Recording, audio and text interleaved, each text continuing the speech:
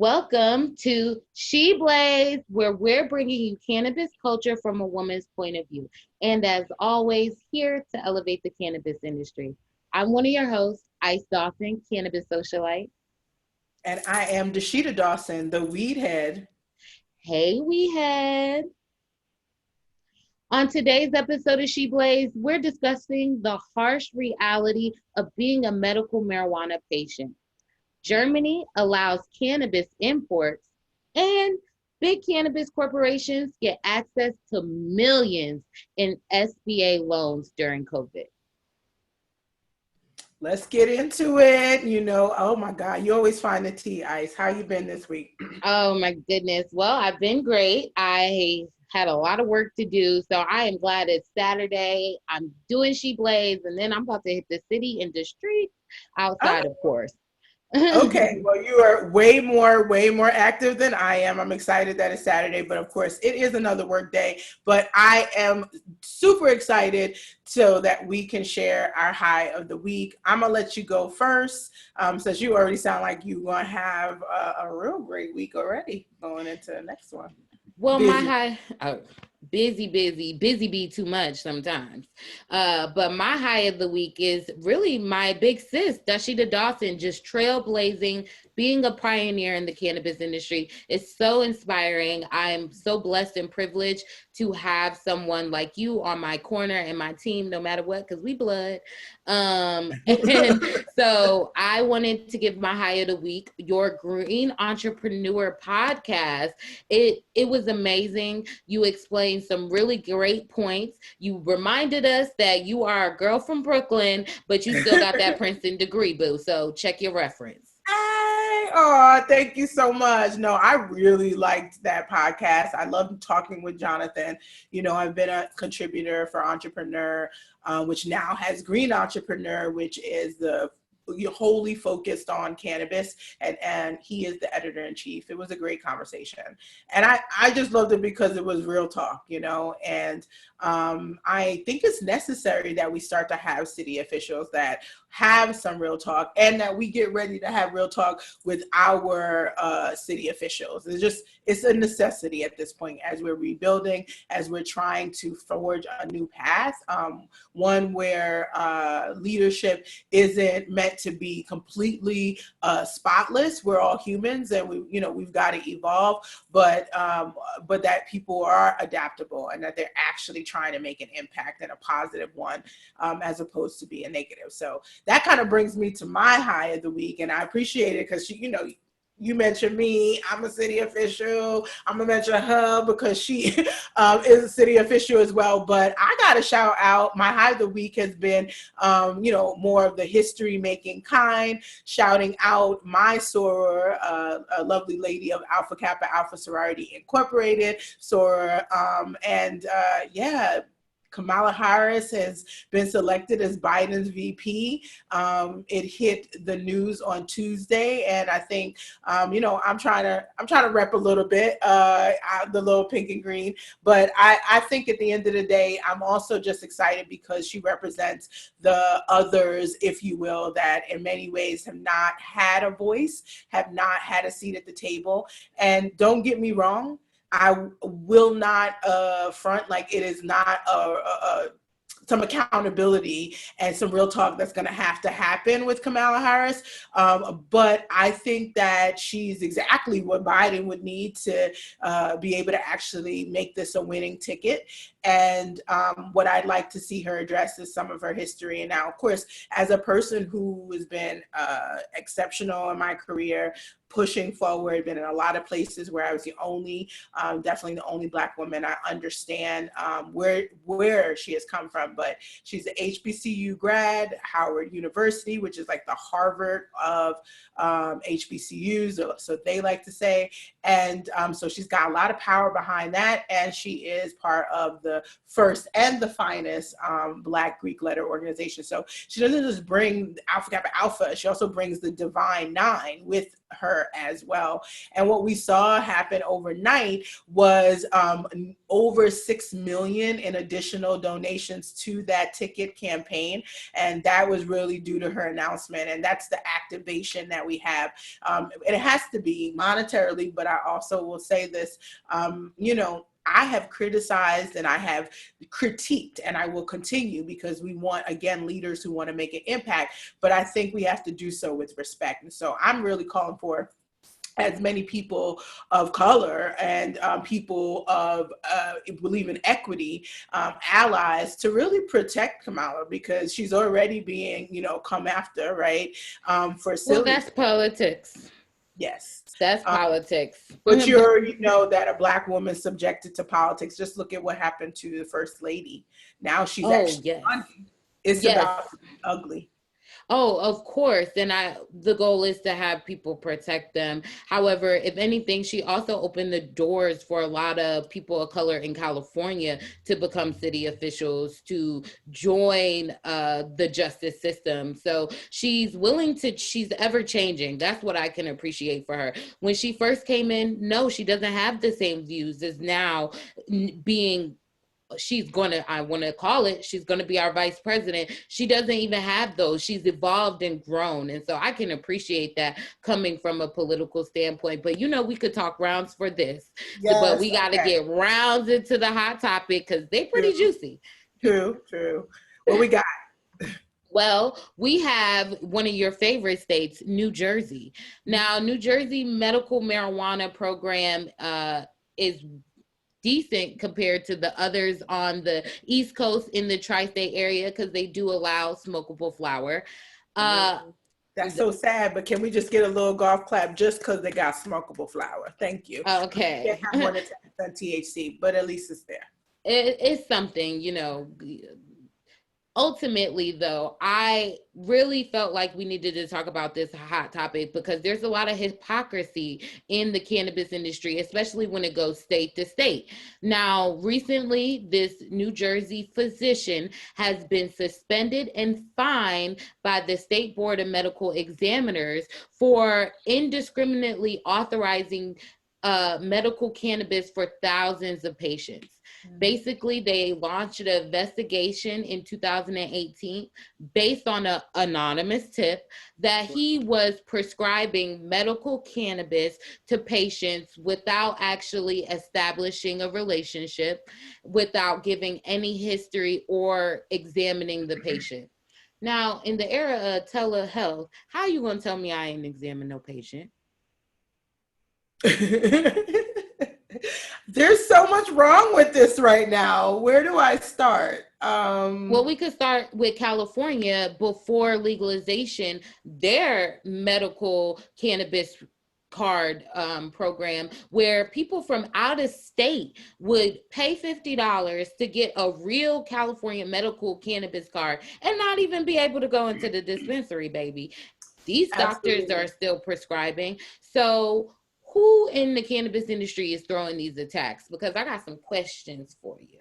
I definitely agree with you about the fact that this feels like almost like a setup a little bit. So I definitely want to learn a little bit more about that particular doctor. But in general, I feel like New Jersey does have a decent medical program, but we spent a lot of energy trying to put all of these different parameters around things that in truth doctors are not learning about in medical school anyway, right? Like you're not learning about the endocannabinoid system. So us trying to put all these parameters around the, not even prescription of it, but the recommendation of it and the certification of a patient to say, hey, they need it is almost ridiculous. Again, I just feel like this is an example of a regulatory body not having enough information around cannabis science or even precedent around what's happening across the country.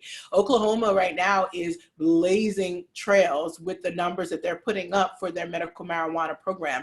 They have 9% of the state, not 9% of the potential qualified patients, but of the total state of Oklahomans have signed up for their medical marijuana program. Why? Because the doctors have their discretion. They went to all these years of school. They maybe haven't learned about it, but it's still their discretion to say, hey, rather than give you an opioid, maybe I'm gonna let you do this because I've been reading this. I joined Doctors for Cannabis Regulation and I learned this, We still know that doctors are ever learning. They do continuing medical education. There is cannabis continuing medical education. And there's also anecdotal education at this point. And New Jersey is one of those places where there's a lot of opportunity for doctors to have a strong understanding of when a patient should be able to get it.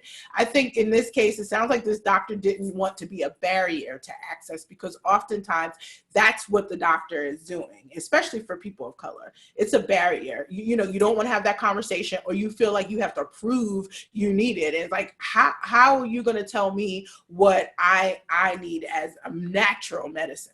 You can't. And I think it's important for doctors to be working more in concert with their patients. And so they may be learning from their patients as well. But to assume that you have to have a physical examination to smoke weed, I hate to say it like that, but you don't. Why? But it's like that. Anyway. But it's like that. And you know who really loses out? The patients. You know what else loses out? The legitimacy of your medical marijuana program. How are doctors going to feel comfortable even joining the medical marijuana program when they know that they're about to have a fine-tooth comb and a microscope on every single thing they do? When these doctors that are prescribing opioids, they get away with it for years before we're like, oh, there's an opioid crisis. Right. No, you're absolutely right. I think one thing we should say as just a context, and I did a keynote for NECAN in Atlantic City on this, is that New Jersey is what I call pharma country, which is pharmaceutical country. And so, I think in general, New Jersey is going to have to overcome this strangle that it wants to have on the plant. Most of the states really need to work on that. But in this case, I feel like there needs to be a lot more vocal advocacy among physicians and health professionals. And that's ultimately why I'm on the board for Doctors for Cannabis Regulation, to make policies that don't endanger the career of the doctor, as well as don't endanger or inconvenience or make a barrier for patients to get access to the medicine that they need. Absolutely. And I really want to stay focused on the attacks that medical marijuana patients get on a day-to-day basis. So we're going to move into our second hot topic. And this one has gotten national news coverage 3 years after the incident. So in 2016, a Black veteran was stopped in Alabama for having loud music. Now, the police asked to search his car after the smell of cannabis. During the search, they found a few things, which was his cannabis and his rolling papers, because not everyone consumes flower differently. Mm-hmm. Well, when he presented his medical cannabis card from Arizona, he's from Arizona, he's just driving through, getting gas, not trying to, no fuss, no muss, not trying to stay. They said that it doesn't count. We don't have a medical marijuana program here. So we're going to take you to jail, your wife to jail, and you guys are under arrest. And with this roller coaster of events, so many things have happened. Now, your question really is, this veteran, what are some of the things he's using medical cannabis for? Well, being a veteran, one. And second, he had a brain traumatic injury. So already his cognitive abilities are not to the par of what it should be. And you're confusing this man, you're asking to go through his car.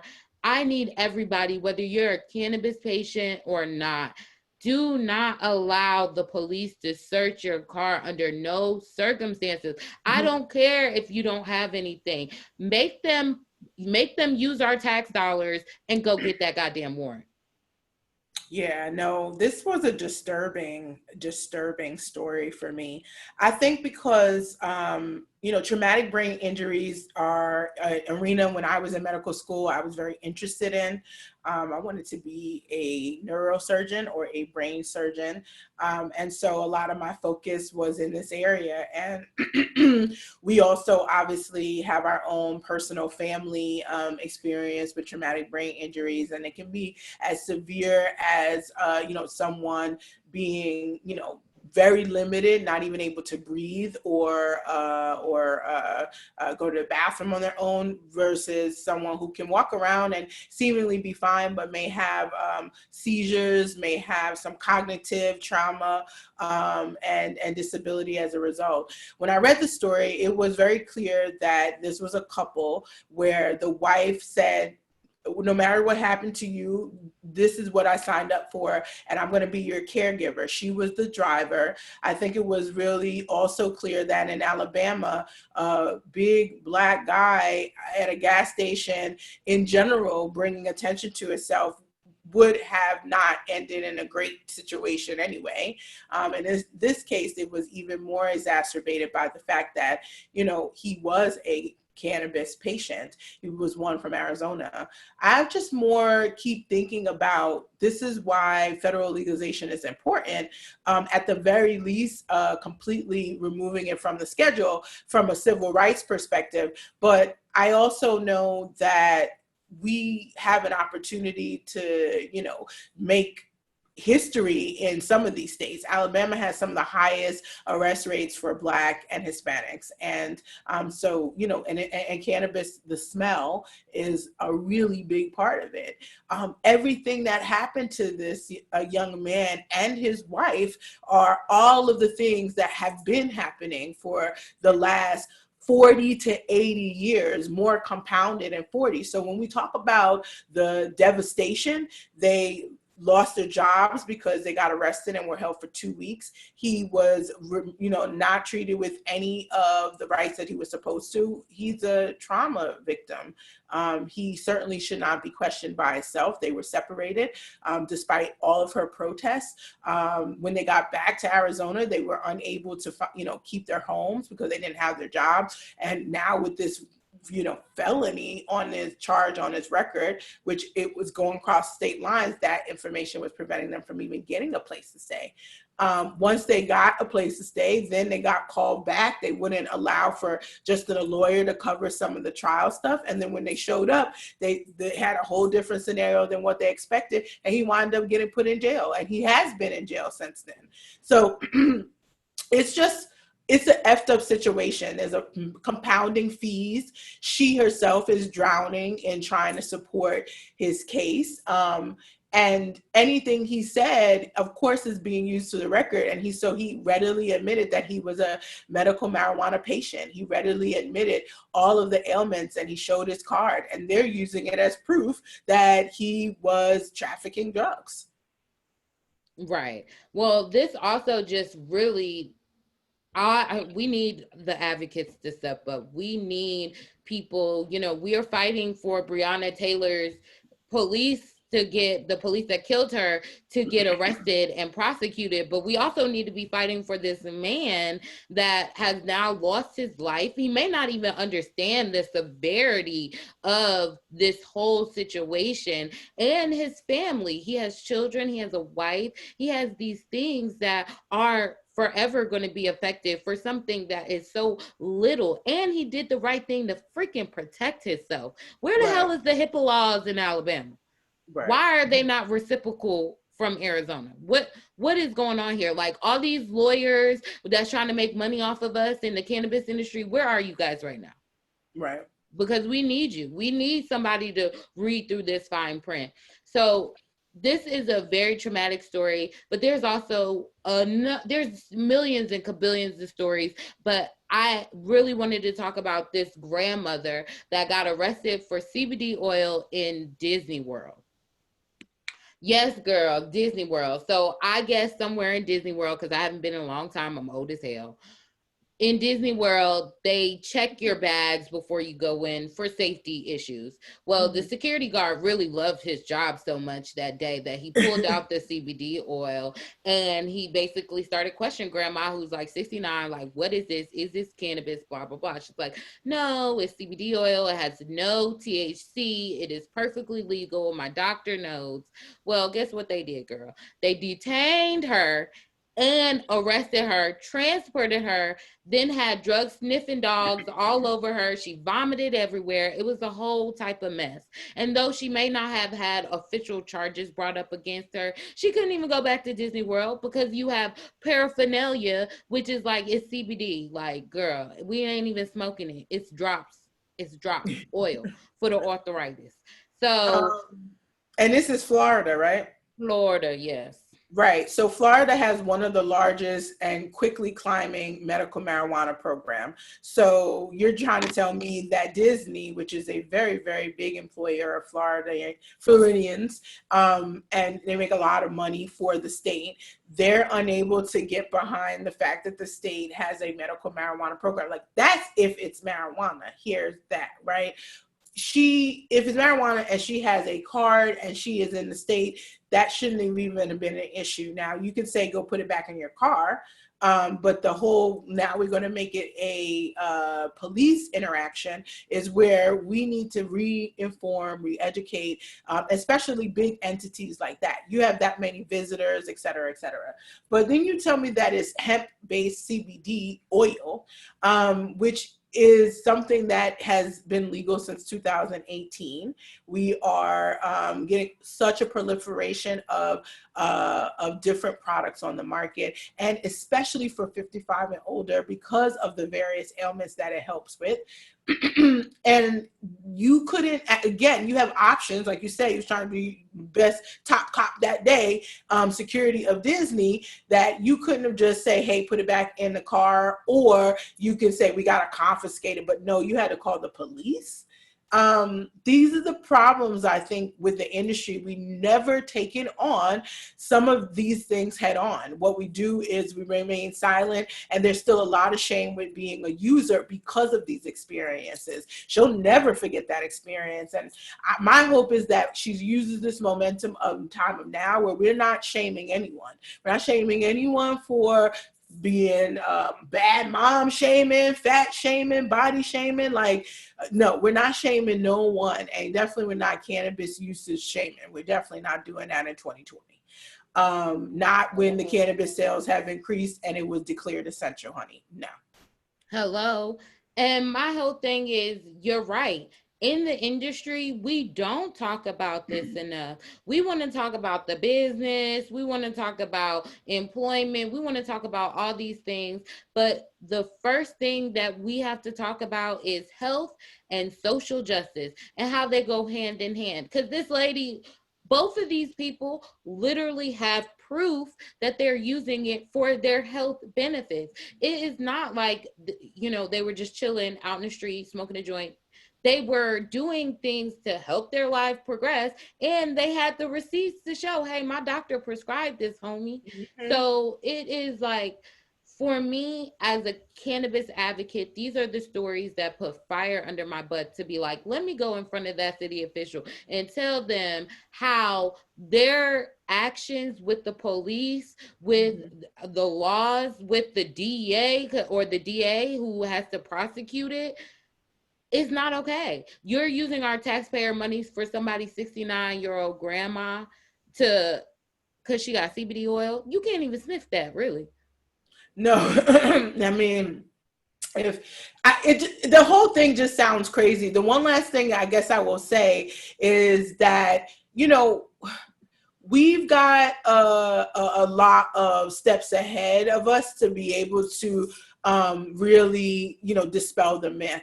I don't care whether they have receipts or not. If they was just chilling, minding their business and smoking, there is nothing wrong with usage, period. And I think that that's the part where so many people have a difficult time saying that. And one of the things that I'll continue to be doing, and we always will be doing, is using our platform to indicate how we have all of these user types. It is any and every one. You cannot pigeonhole what groups, but let me just say that 55 and older group is absolutely among the fastest growing user types. And especially now with CBD and hemp being legal and the way that you can make hemp into CBD products, people will need to get over it. And what we need to do is use, again, this time to just say, oh, no. We need to protect patients, but we also need to protect consumers. I always say this at Target and at Victoria's Secret, at no point, maybe Victoria's Secret because it's lingerie, there might be a little sense of shame when you're walking out. If you're a man, maybe, and you're walking out with a bag, you might feel a little something. But generally, when you leave Target, there's no shame. Maybe in the $150 you spent when you thought you was coming to spend $50, there's shame. And you maybe are like, oh God, I got too many bags.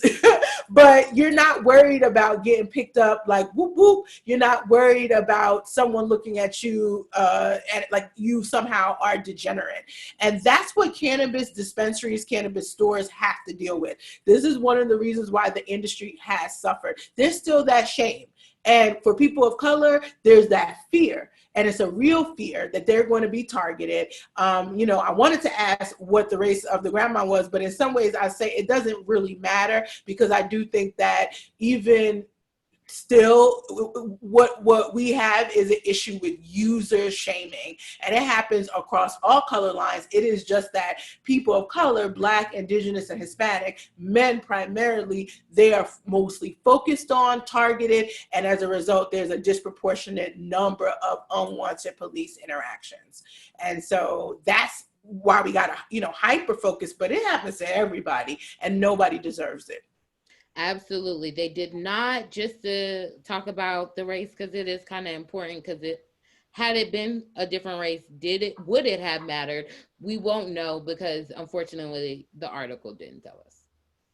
But I think they also, when you don't cover your own media, that's what happens. They get to dictate when they want to put race in and when they don't. Okay, a word. Hello. And so I'm so ashamed of America that I had to make our third hot topic about an international country, because as usual, America is late to the game, honey, late. And our hot topic number 3 is talking about Germany getting cannabis imports, which is a big deal. We struggle with this all the time as new markets come online with shortages of cannabis.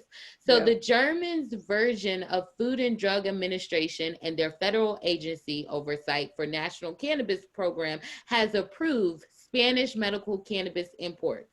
Yes, you heard that right. Okay. They have Spanish medical cannabis imports. Now, really, why not? Because Germany's been doing a lot of research and Spain does a lot of research as well. I think medical is important to both of those countries as far as cannabis is concerned. Well, that is pretty powerful now that you say that, because this is it is going over great with the citizens of that country. This is something that is positive for them to really bring their cannabis program to the next level. Now, as of the fall, they have 3 producers that domestically grow cannabis, and they found out and learned that this is just not enough for their actual market and program. So they implemented this. 3 really? For the whole country? Well, people 3. Bugging. I'm sorry. This doesn't even make any sense. And it's like, yo, you really just want a monopoly, or you want people to do insane things just to corner the market. This is why there's corruption. You don't need to control it to that level at all. Now, do I think there should be 3 maybe producers just for the government, and maybe there's a special program for that? Yes, but just like in pharmaceutical, there's brand name and there's generics. Just like in consumer products, there's brand name and there's generics. There used to be no frills. There can be that. It's like, oh my God, I'm sorry. I'm just. No, It's facts. I mean, ultimately, I do feel like Germany, I've heard reports that Germany does have their own cannabis market, for sure. But this, the three official. So maybe these are just only government grown cannabis, but they have a different type of gray market that us Americans don't always know about. I know, trust me, I'm feeling that they listen, Germany got good flour. And they do have, like every other place, a legacy market. Nobody spurred up into legalization and didn't have a legacy market that existed.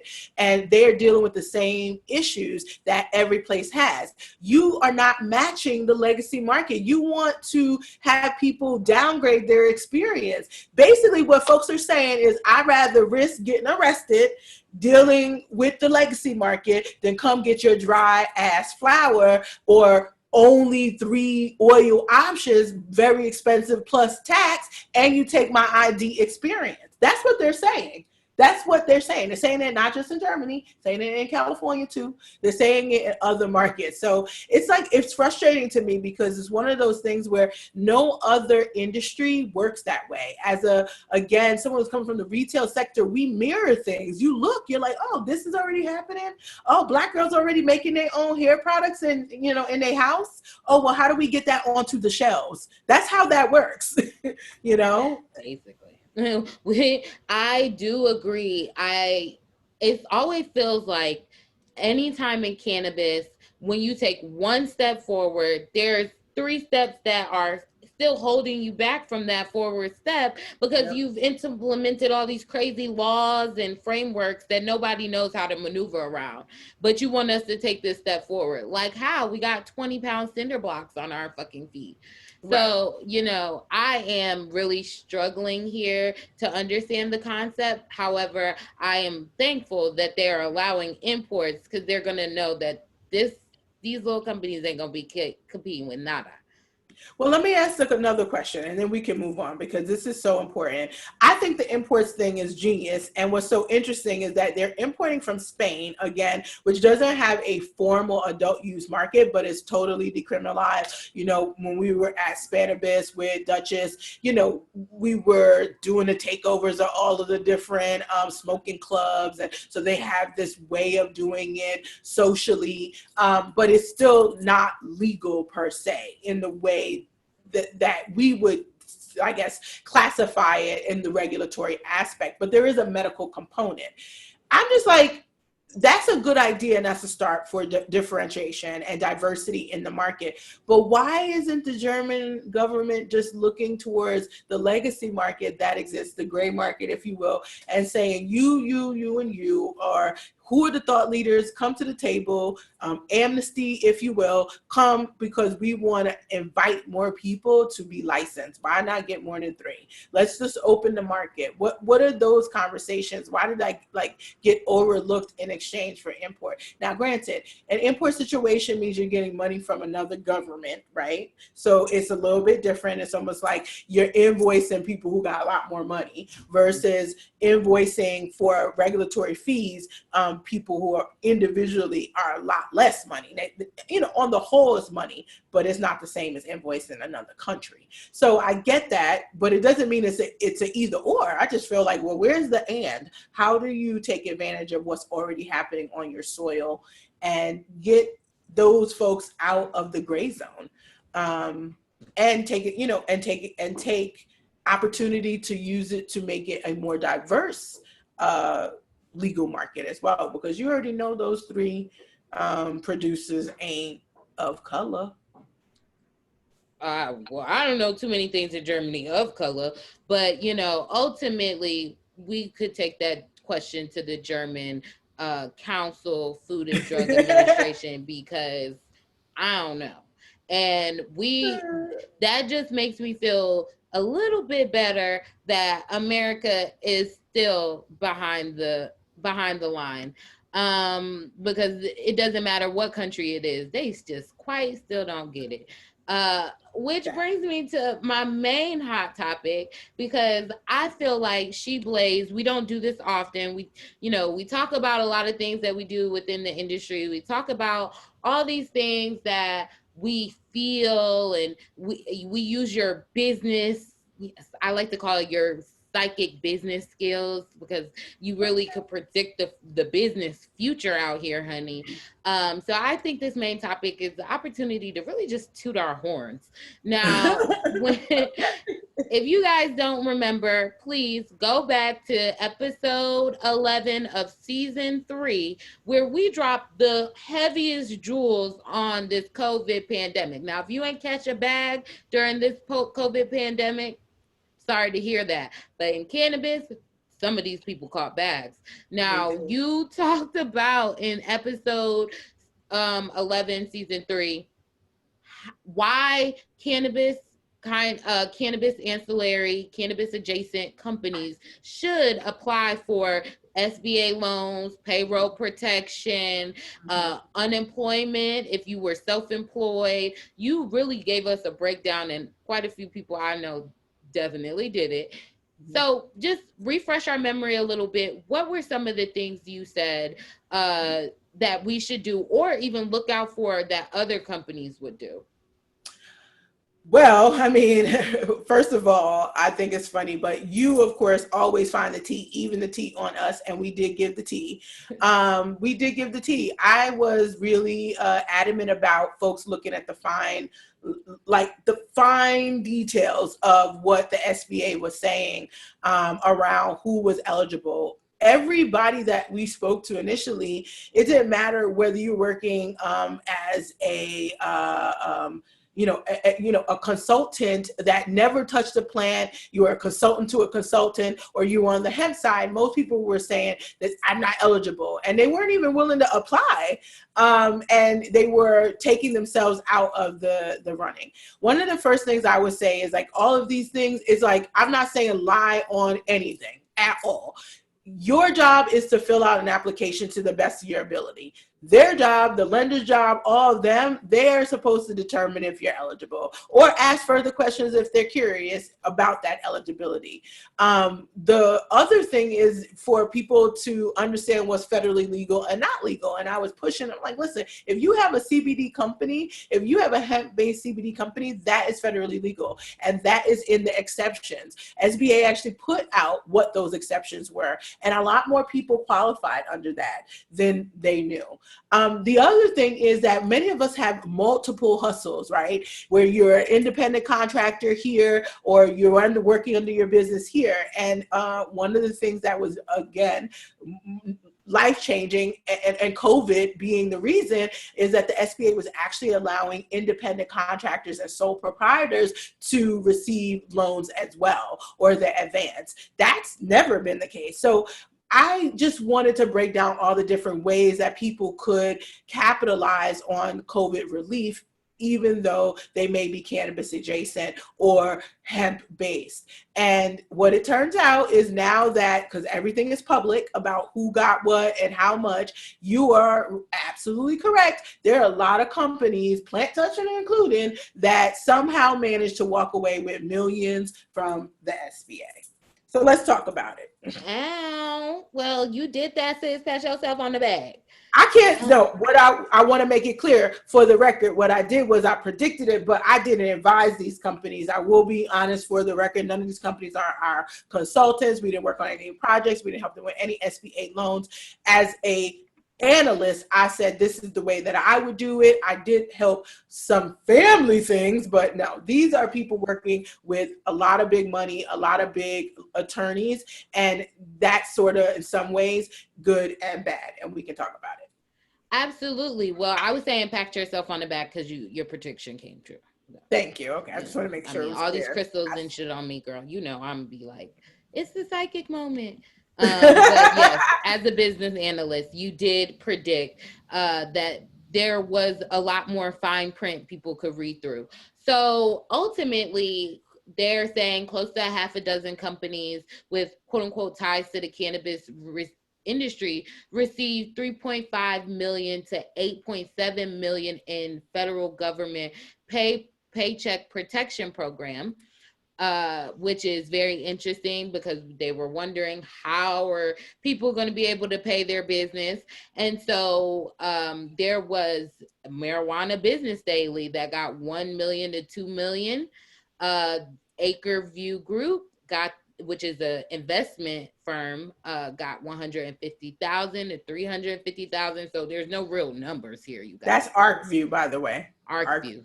Yes. Oh, my bad. And then Hemp Temps, which is, I ain't never even heard of them, got almost $1 million, which they are a hemp and marijuana staffing agency. So as you can see, these are all what we call, ancillary businesses. ArcView does have a huge umbrella, and they're connected to a fund. So there are some that do own plant, but it's all ancillary. There's never any plant touching. And so that is exactly what I was talking about. Canna Advisors is a consulting firm. These are the companies that I would have predicted. True that. Well, we also had a moment there in last season where we talked about CBD hemp-based companies and why they were eligible. Well, turns out that there were a few different CBD companies that applied and got a small business loan. That doesn't surprise me either. I mean, again, we knew that was an exception. And so this is the area where I think it was very, very plain as day. And if you were already in business, and trust me, since we have a few CBD products that we sell on our website, it was very, very, clear difficulties just getting up and square and doing the pilot. So you need your coin because you just started getting your coin, right? Everybody's stuff was getting held by PayPal and so on and so forth. And what is interesting is the transformation of now PayPal and Square wanting to process these PPP or support processing these PPP loans. They were among the qualified lenders as well. They could do that for people who were already doing processing through them. I just think it's so funny. I like to look at time, because this time last year, we were struggling to get put onto that Square CBD pilot. Shout out to C-Trax, Sean and Kia, for all the work that they did getting us up and running. But it just was and now Square gonna hit me up and ask me if I want a PPP? Now, granted, the PPP is a very forgivable loan, and I think that there were probably some benefits on the back end for lenders to step up and be partners with the government, because they're not making any money really on the interest, and that's really where lenders make money on a debt note. So, it just was interesting to see that transition. It totally flipped, and now I think there's even more understanding of the importance of figuring out this whole cannabis thing in merchant processing, and being game to come to the table around banking and the like.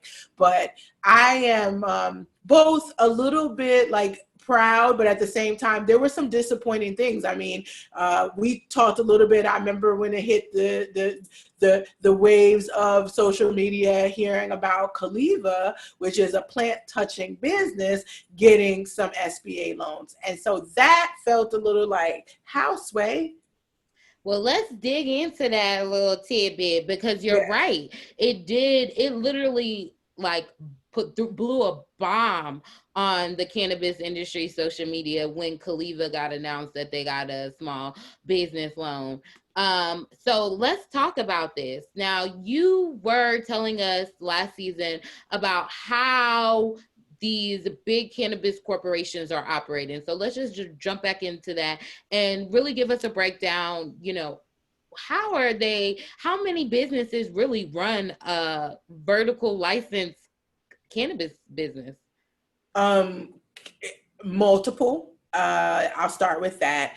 I haven't participated in an entity that's a cannabis operations, plant touching operations, that didn't have at least 3 or 4 various entities. And that's just because of the complications around being a plant touching business. Even though it's legal in the state, there are some federal implications. And over the last, I would say, 5 years, compliance attorneys, contract attorneys, corporate business attorneys, people who understand mergers and acquisitions and business structure, they've gotten very clever around how they structure businesses to support cannabis operations, but at the same time still protect what is usually a rather large payroll to support management, just to pay for the CEO and the executive vice presidents and SVPs or whomever, the directors. But then there's always separation of who's actually touching the plant and doing the work. As you know, my time as an executive for Cannabis Operations, I never actually touched a plant. My time as a consultant, I was never a cultivation consultant, right? It was definitely more strategic, more high-level planning and financial planning, supply chain, so sourcing. And so, yeah, I can go look at things and I can go make connections and we could go do acquisitions, but I wasn't putting my hand in the dirt growing it. You sure? So, No. it's important that I'm clear, because a lot of times I still get people who come from the past and they're now getting onto the cannabis train and they're like, yeah, we can't wait till you have your own dispensary. When you going to come out with your own line? And I'm like, y'all know I don't grow, right? Like, that's not what I actually that's not do what here. I do. Okay, now do I understand cultivation? I do. Do I really understand processing and manufacturing? I've been known that. You want to know why? Because I was the director of the beauty business for Victoria's Secret, and we use plant extraction there too. So it's like, this is really, it's not that difficult. It's not. It isn't. But I am not a grower, and I do not want my own dispensary. I will not be opening a dispensary anytime soon at all, to be perfectly honest. But I've never seen you grow anything in like real life either, like outside of the in cannabis. my life, I have not grown anything.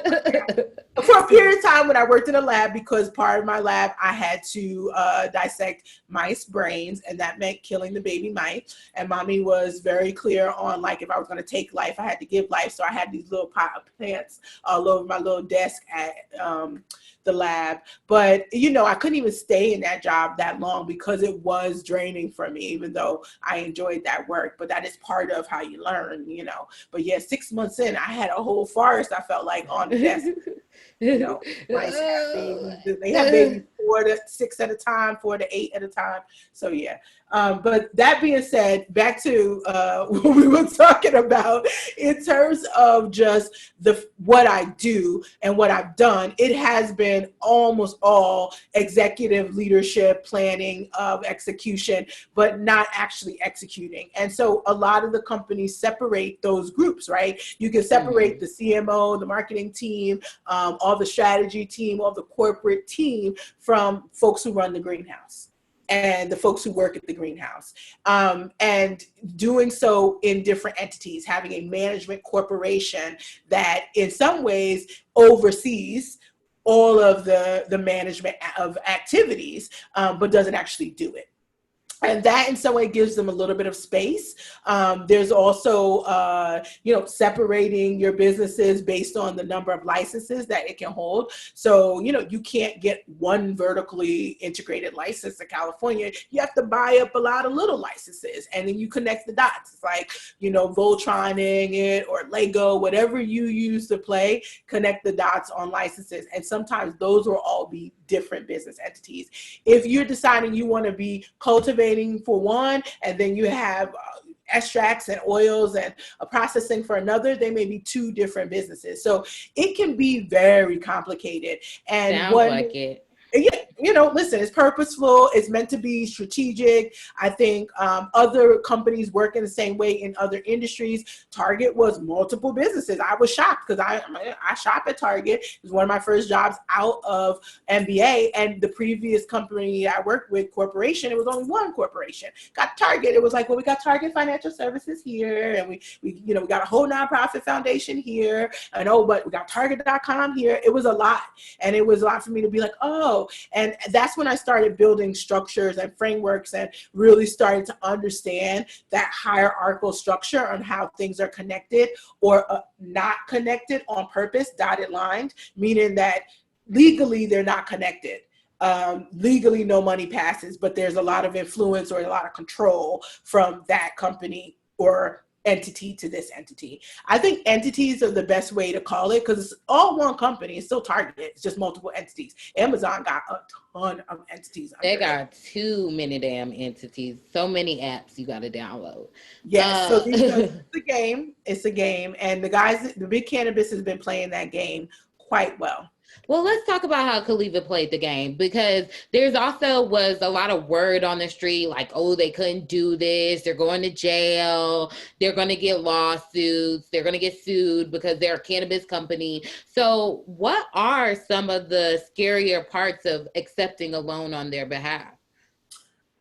Well, everything you just said. I mean, if you did not answer the questions honestly, then that means you perjured yourself. And that's why I said I'm not telling anybody to lie on the application. Whatever you do, you do. Now, sometimes you can have common sense. If you were the person and you literally are overseeing a greenhouse or cultivation, then you are breaking a federal law. It just is what it is. There's Code Memo don't protect you on that. You know what I mean? And so it's just important for people to understand that that level of perjury comes with a fine and or jail time. So it is the and or component. This is where what I call wizard or sorcery of money come into play, and you're able to get the Jeffrey Epstein type of deals where all of a sudden you're in a Club Med type of situation or you're probation, especially if it's a first time offense, if you get any type of criminal offense. Oftentimes with a lot of these big companies, they get fines, and that's something that they can handle. It's money. And the beneficiary of those fines are the municipalities that feel like they got somehow injured by it. So this will just be a fine to the federal government for making that mistake. It's also matters whether it's premeditated or not, if it truly was a mistake or a misunderstanding of the law. So there's a lot of details that would determine whether or not, but they can get audited, and there's been a lot of conversation around it. It's a very public company. I mean, Jay-Z's joining of the company made Khalifa be like, who are you? Oh, now we know who Khalifa is. So it's even more so getting a lot more attention and energy. But I wouldn't count them as automatically having done something wrong. I think there's a lot of loopholes. And if you have really a lot of money and or really smart people advising you, you can figure out your way through the loopholes. And that in some ways is the reason Black, Indigenous, people of color, we've never really trusted the system, because we often don't have enough money to overcome all of this. Like, oh, you told me it was this way, and now you're telling me, oh, it's that way. Right. And then two, just again, when they do come after you, often we are the ones that are used as the example. I'll give a perfect example, the Molotov cocktail situation. We have two young people of color, educated, highly educated attorneys that are facing a mandatory minimum of 45 years for allegedly throwing a Molotov cocktail into an empty police car. And as many people that were doing that, as many times that had happened that night, it was the people of color who were targeted and the people of color whose case is now gone up to be prosecuted. So it's those moments that, that we don't trust the American government. We don't trust our government to do the right thing by us. And so I feel like I can see why a lot of people were like, nah, I'm good. I'm not trying to do the SBA thing. But when you got money and you got protection from that, or you got, again, really smart maneuvers, strategists, you can come out on top. And we've seen millions that the proof is in the pudding. The proof is in the pudding. Well, all the people that got that paycheck protection, y'all better be paying these folks now. I don't want to hear about y'all not paying people and all the debt y'all got, because, sometimes people in the cannabis industry be forgetting to pay their bills and their staff. So I want them to definitely use that money appropriately. So before we go, because I know we got to head on out here, you are like, this is why I love you, Ice, because you are the voice of the people, because we didn't get to that point. How they use the money is also going to be important. And our history in the cannabis space around big cannabis corporations, they do not know how to appropriately spend money. And so that's the part where I am concerned, to your point. Many, many big cannabis corporations laid off many folks. And so the intention behind PPP was to put people back at work. And so it means if you laid off folks, you need to pick them back up. But there was a loophole. You don't have to rehire the same people. You just need to use the money towards that. So it's sort of like, it's a catch-22. I hope in the rehire, they are looking at equity and they're doing diversity changes. These are the opportunities these cannabis companies have, but they need to do right. And doing right means spending the money correctly. I could not agree with you more, because that's where you can go to jail for sure. Ow, because we will be calling y'all out. Period, Pooh. So thank you guys for joining us for this great chat. We learned so many things, dropped a lot of jewels, and did a couple fact checks too. So definitely, Dasheeda, let them know where they can find you. Ooh, I mean, you can find me on Zoom. It seemed like every day of the week, girl. But you know, I am at Dasheeda Dawson on Instagram and Twitter. And of course, you can find me at the WeedHead.com with me and my company. Hello, and make sure you're listening to She Blaze anytime, because we are on SoundCloud, Spotify, iHeartRadio, Apple Podcasts, YouTube, WeTube, and the WeedHead.com too. Yes, ma'am. Yes. So follow She Blaze on Instagram and Facebook, She_Blaze, and have a great week, you guys. Bye. I think I'm the recorder, right? Hey.